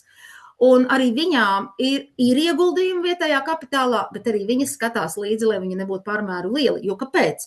Kad ir krīze mājās, tad ir cerība, ka nebūs krīze kaut kur citur. Un visas olas vienā kulītē nevar likt, ja? Tāpēc tā ir risku diversifikācija arī tādā ziņā, ja, kad jāpelna tur, kur tiešām tā ekonomika var nopelnīt. Protams, joprojām Latvijas naratīvi ir uzlikta, ja, un visiem pārvaldniekiem tas ir dienas kārtībā, izskatīt un vērtīt, ja, un viņi to dara. Bet, kā vienmēr mēs sakam, atcerēsimies, ka pensiju uzkrājumiem mērķis ir mūsu pensija. Nevis sildīšana ekonomikas vai kaut kādas ceļu būves, Air Baltics, Rail Baltics, vienalga kāds Baltics. Tas ir mūsu pensija, ja? Un tas ir svēta lieta. Tāpēc, un lai arī cik grūti būtu to pateikt, ka arī veselības budžets ir cits budžets, lai gan cilvēcīgi es pilnīgi saprotu, ja, ka cilvēkiem vajag veselības izdevumiem naudu, tad jāsaprot, ka ja valsts ļauj paņemt būtisku daļu no pensijas šobrīd un iztērēt jebkam citam, valstī jāpasaka, kā viņi nokompensēs mums to, kad mums tā pensija pienāks. Jo mēs atnāksim pakaļ un paprasīsim, kur man ir. Labi, kam ir lielāki uzkrājumi, bet kam ir pavisam nelieli, kuriem pat tiešām vajag viņus. Tur valstī ir ļoti atbildīgi jārīkojas. Ja? Jo atdot vienkārši pateikt, ņemiet, paši dariet, un mēs ne veselības budžetu kārtosim, nec par pensiju domāsim, tas nav Latvijas, tas nav vispār Eiropas Savienības valstu politika. Tas vienkārši tā, nav tas ir, tā ir robežu sarkano līniju šķēršošana, ja, tas ir cits princips. Un mēs nedzīvojam Singapūrā vai Amerikā, ja, kur katrs pats apdrošinās, darās un tad domā, kā tiks galā. Mēs tomēr dienas beigās atnākam un sakam, zināt, mums vajag to minimālo iztiku. Vismaz atnākam, vai mēs dabūjam, bet vismaz mums ir tiesības atnākt. Tāpēc, un arī valsts kopējais uzstādījums tomēr ir tāds mazliet tāds, mazliet patanis, tāds aizbildnieciskāks, latviski runājot, ja. Tāds mans varbūt stāsts, es nezinu, es tur kaut ko daudz atkārtojos, bet man bija ļoti būtiski pateikt, un arī nododiet arī lūdzu savām ģimenēm un visiem kolēģiem un visiem, kā tieši no jums, no mums, no katra rīcības ir atkarīgs patiesībā, cik tā pensija būs liela, un vēl nestresojiet, lūdzu, kad kaut kas tur svārstās, ja, jo tas man arī saka, ko darīt, ziniet, ļaujiet domāt un uztraukties pārvaldniekiem, tas ir viņu darbs, viņiem par to maksā, ja, un viņiem, tas ir viņu pienākums. Mums ir vienkārši jābūt drošiem, jā, ierakstu jautāja, ja, nezinu, kur būs pieejams. Visdrīzāk es varbūt ar PDF formātā arī ar to varēšu prezentāciju padalīties, lai var paklikšķināt, paskatīties, tās saites papētīt, bet es ļoti iesaku to darīt, ja? jo patiesi tas ir, tas ir ļoti, ļoti svarīgi, jo ja jūs neizvēlēsieties tos ienesīgos plānus, tad tās akciju īpatsvars arī paliks uz tiem 66%. Bet, ja vien jums nav pensija, jau 5 gadi, ja, no šī brīža, tad neiesaku, ja, tad, protams, nē. Jā. Lielas paldies. Te vēl apskatoties, kādi ir ienākuši jautājumi, tad vienkārši, kā jūs tagad komentētu pašreizējo situāciju, kas saistās ar karu Irānā, kādas ir tās svārstības akciju tirgū, un vai jau ir pamats panikai, vai tomēr vēl varam gaidīt? Ziniet, šobrīd ir tāds, kā lai saka, finanšu tirgi vispār tad bišķiņ šoreiz bija reaģējoši, bet tādi ļoti nogaidoši reaģējoši, ja, jo nebija skaidrs, kas tur notiek. Tā kā teiktu, ka ir tā, ka akcijas piedzīvoja pēdējos gados pāris tādu ļoti, tādu labu uzplaukumu. Un visi finanšu arī komentētāji teica, ka visdrīzāk kaut kādai korekcijai jābūt. Nekad nezinām, no kurienes tā korekcija nāk, bet tas nav kritums vai zaudējumi vai krīze. Drīzāk tā ir korekcija, ja? Jo, protams, pieaugums, ilgstošs pieaugums kaut kādos 14 vai pat 20% mums te bija, ja? Nu, viņš nav normāls, ja? Un tāpēc tas nav normāli lietu stāvoklis. Lietu stāvoklis ilgtermiņā ir tāds normāls, ka akciju tirgiem, nu, kaut kas ar 9% ilgtermiņā ir ok, ja? 10 var būt. Tāpēc teikšu tā, neizlutinamies, ja? un nerēģējam asi uz tām svārstībām, jo tās svārstības, teiksim tā ir tad pārvērtēšanas rezultāts, un šobrīd es teiktu, ka panikām nekādām noteikti nav vieta. Protams, jautājums no šī visa ir atkarīgs arī no finanšu tirgi, tā ir tāda reakcija, ja? Tāpēc jāskatās, kas notiks tālāk ar visām izēvielu cenām, inflāciju, sekojošām centrālo banku rīcībām. Tas droši vien būs daudz būtiskāk. Jā. Šajā brīdī noteikti nē. Un arī es saku vēlreiz, lai arī, teiksim, ja tie gadi vēl 10 un vairāk ir arī elpojam dziļu un uz pensiju sistēmu, nevajadzētu nekādā veidā sarosīties tāpēc, ja. Vismazāk kaut kur kaut ko pārdot, noteikti nē. Jā, mums arī no mūsu arvības biedrs ir labs komentārs Inkūnas Krastiņas par to, kad plānus var mainīt, un varbūt jūs varat nedaudz par to, kad cik bieži un kā tas notiek. Jā, tos plānus maina, tad cik bieži likums ļauj mainīt, un arī realitāte drīkst mainīt plānu reizi gadā, pārvaldnieku, vai kā tur bija, Ilze? Reizi gadā. Gada laikā var nomainīt 5 ieguldījumu plānus.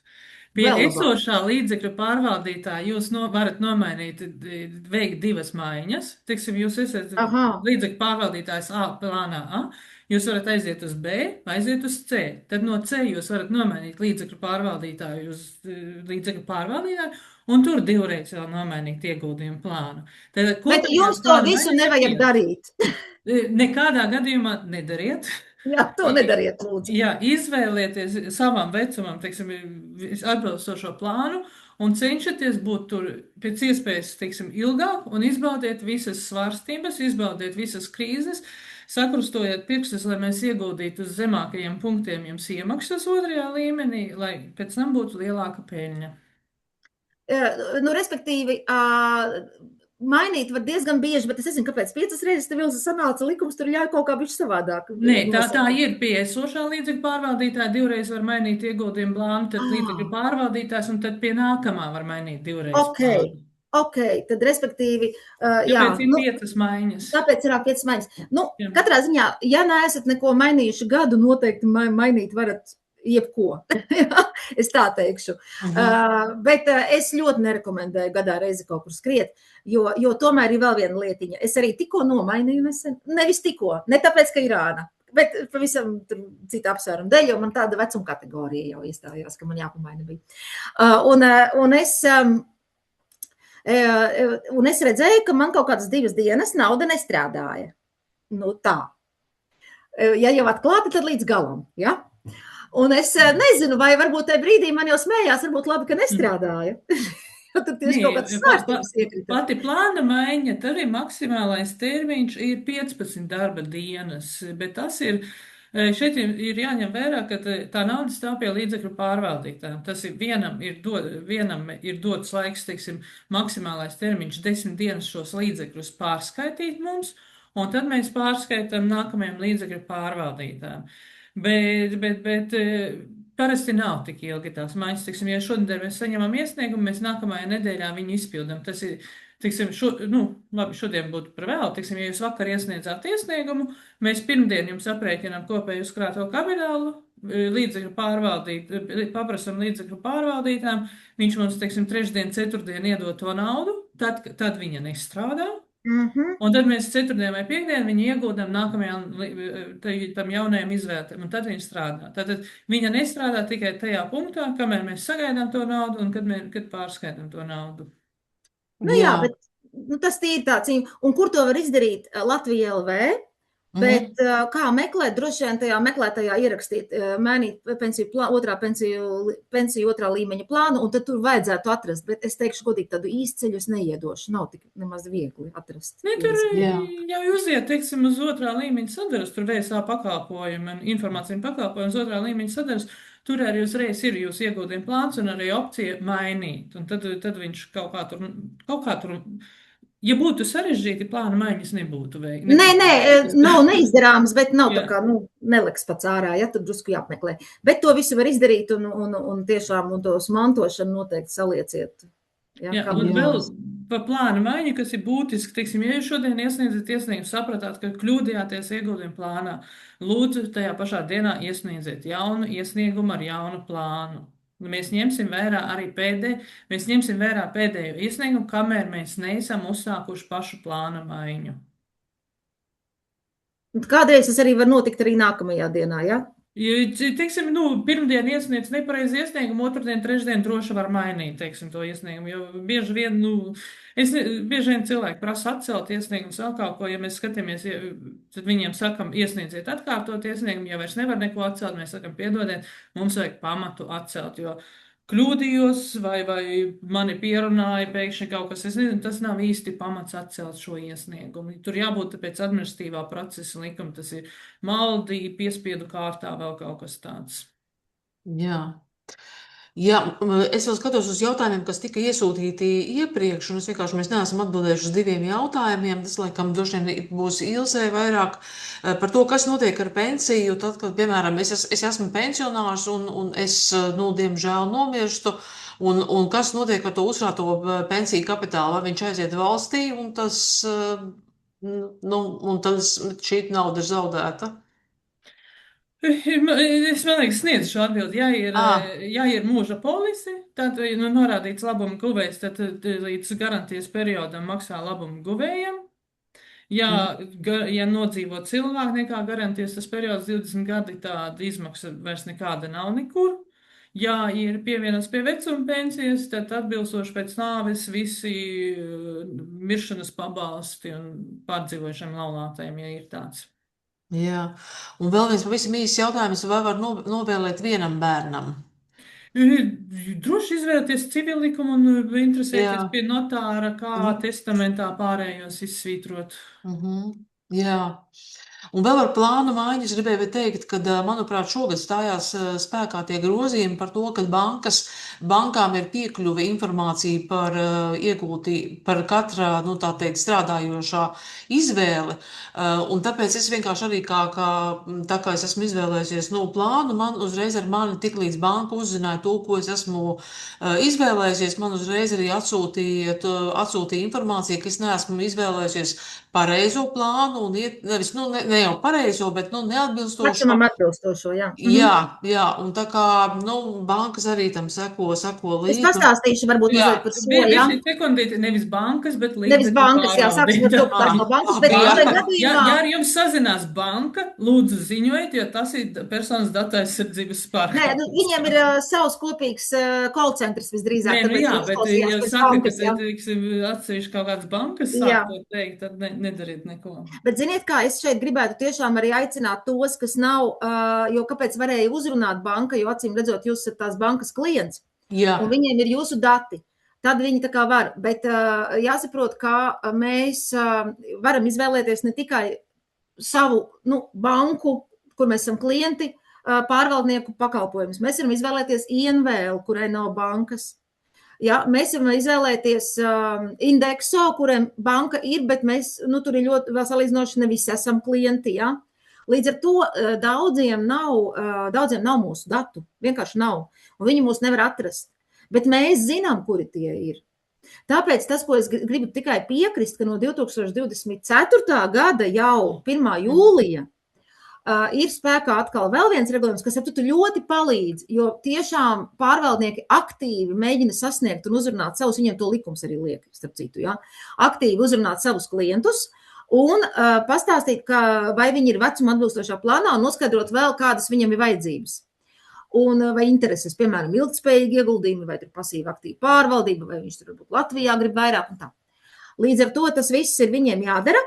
Bet viņi var sasniegt tikai tos, kurus var sasniegt. Ja? Jo skaidrs, ka tie kontaktinformācijas dati ir ļoti skopi, pamatā deklarēta adrese, kas neko nedod. Tāpēc man arī vēl viens lūgums. Lūdzu visus pēc iespējas, visus tiešām izveidojiet arī oficiālās e-adreses arī Latvija LV, lai arī jums pēc tam, kad drīkstēs pārvaldnieku, manuprāt, viņi no marta jau drīkst, kaut kad drīkstēs drīz, sazināties jūs tajā sarakstē, bet lai viņi var arī jūs sasniegt, ja? Jo savādāk ir ļoti dārgi un neefektīvi sūtīt deklarētās adresēs papīra vēstules. Bet tas, ko jūs drīkstat darīt, un jūs drīkstat vienkārši meklēt savu pārvaldnieku un konsultēties un visu izprasīt.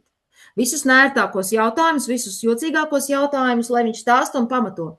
Viena interesanta lieta, ko es gribēju pateikt, ko es palaidu garām. Kad jūs redzējāt manā pensijā tur tos nosaukumus, plānu, tur ir nosaukums tam uzņēmumam, ko viņi pārstāv, tā kā brand name. Tad ir tāds plānu raksturojošs rādītājs, piemēram, dzīves cikla. Un es izsāzīšu, kas tas ir. Un tad klāt vai nu vecuma kategorija, kam tas ir domāts, vai nu dzimšanas gadi. Principā plāna nosaukumā jau ir tāds kā, nezinu, kā lai to nosauc latviski, tāds kā ieteikums, ja? Bija viena cita valoda prātā. Tas kā ieteikums, vai tas jums der vai neder pēc vecuma. Bet uzreiz teikšu par dzīves ciklu. Un šeit ir viena interesanta lieta. Un konkrēti uzreiz pateikšu priekšā 2 šobrīd brendi, kam tas ir Svetbankai un Vairo, ir dzīves cikla plāni. Un viņiem klāt ir tie dzimšanas datumi, tā kā gadu tās kohortas, ja. Tad 70, 78, 79, manuprāt, tā kaut kā tur, ja. Un tas principā nozīmē, ka man plāns nav jāmaina nekad. Es paņemu to plānu un dzīvoju. Viņi to plānu maina, tā kā man vajag. Tā kā vajag man ar savā vecuma grupā esot. Viņi pamazām mazina akciju īpatsvaru. Principā tādā ziņā tā ir viss tāda drošākā izvēle. Es nereklamēju, bet es saku, pat dzīves ciklu princips tādā ziņā ir visdrošākā izvēle, nereklamējot šos konkrētos. Ja? To es nekādā gadījumā nedaru, nedrīkst darīt. Bet to es vienkārši uzsveru, ar ko viņš atšķiras. Ja? Ka tur pārējos ir jāpasako līdzi, un tomēr, kaut kādā brīdī tas plāns jānomaina pašam uz citu vecumu, ja, tad plānu atbilstu. Bet tos dzīves ciklu plānus var nemainīt. Viņā nonāk, un viņā dzīvo, un viņš pats mainīsies, kamēr viņš kļūs jau zema riska plāns, kad jau, tai vecuma kategorijai 70, 79 dzimušiem pienāks pensija, ja? Tad viņš nonāks arī tādā mērinākā riskā.